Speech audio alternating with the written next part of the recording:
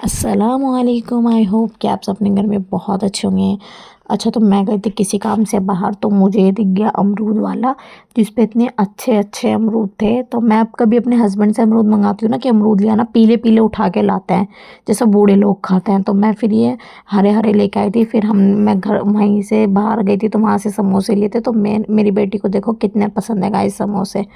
और फिर मुझे लग रही थी भूख, मैंने बोल दिया कि घर जाके कुछ बनाने का मन नहीं है। तो मेरे हस्बैंड ने दाल मखनी और पनीर बटर मसाला और ये बटर नान मंगा लिए थे। अच्छा, तो चिकन वगैरह तो रोज़ ही खाते रहते हैं, आज मेरा कुछ ऐसा मन कर रहा था खाने का कि दाल मखनी वगैरह खाते हैं। बाहर गए थे और डॉक्टर के गई थी वैसे तो एग्जैक्टली मैं, लेकिन वहाँ से आने में देर हो गया था क्योंकि जुम्मे की नमाज़ पढ़ के आगे मेरे हस्बैंड ने जल्दी से बोला चलो जल्दी से, डॉक्टर 3 बजे तक ही बैठता है।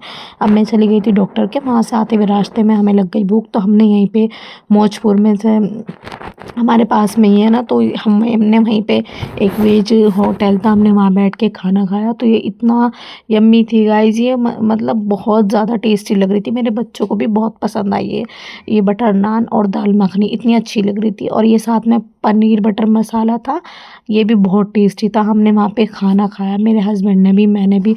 और ये मेरी आदत की कहीं बाहर जाऊँगी तो पहले अगर जो भी हम खाते हैं ना, तो मैं उसको साफ़ ज़रूर करके आती हूँ। मुझे ऐसा लगता है कि दूसरों की रिस्पॉन्सिबिलिटी नहीं है कि हमारा गंदा करा हुआ साफ़ करें, तो मैं खुद ही करती हूँ। फिर मैंने खाई सौंफ थोड़ी सी, और वहाँ से जो मैं सामान लेके आई थी, बाहर गए थे और सामान फिर एक एक करके इतना सारा इकट्ठा हो जाता है, वो सब हमने उठाया और हम चल दिए दुकान पे से।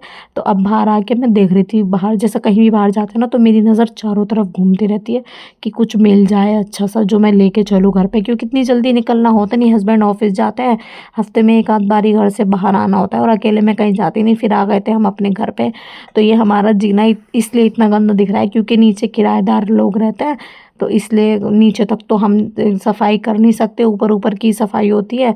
तो गाइज़, अब मैं वहाँ पे गई थी ना, तो मुझे ना बहुत दिनों से मेरे भाई की शादी आ रही है, तो मैं अपने हस्बैंड को बोल रही हूँ कि मुझे सूट दिला दो, काम आ जाएंगे शादी के टाइम पे। भाई बहू को मिलाने भी लेके जाना पड़ता है, फिर आते भी हैं लेने, कितने सारे सूट चाहिए होते हैं। तो ये मैं सूट लेके आई थी, इतना प्यारा सूट लग रहा था ये, माशाल्लाह जरकन की कढ़ाई का, हाथ की कढ़ाई का था।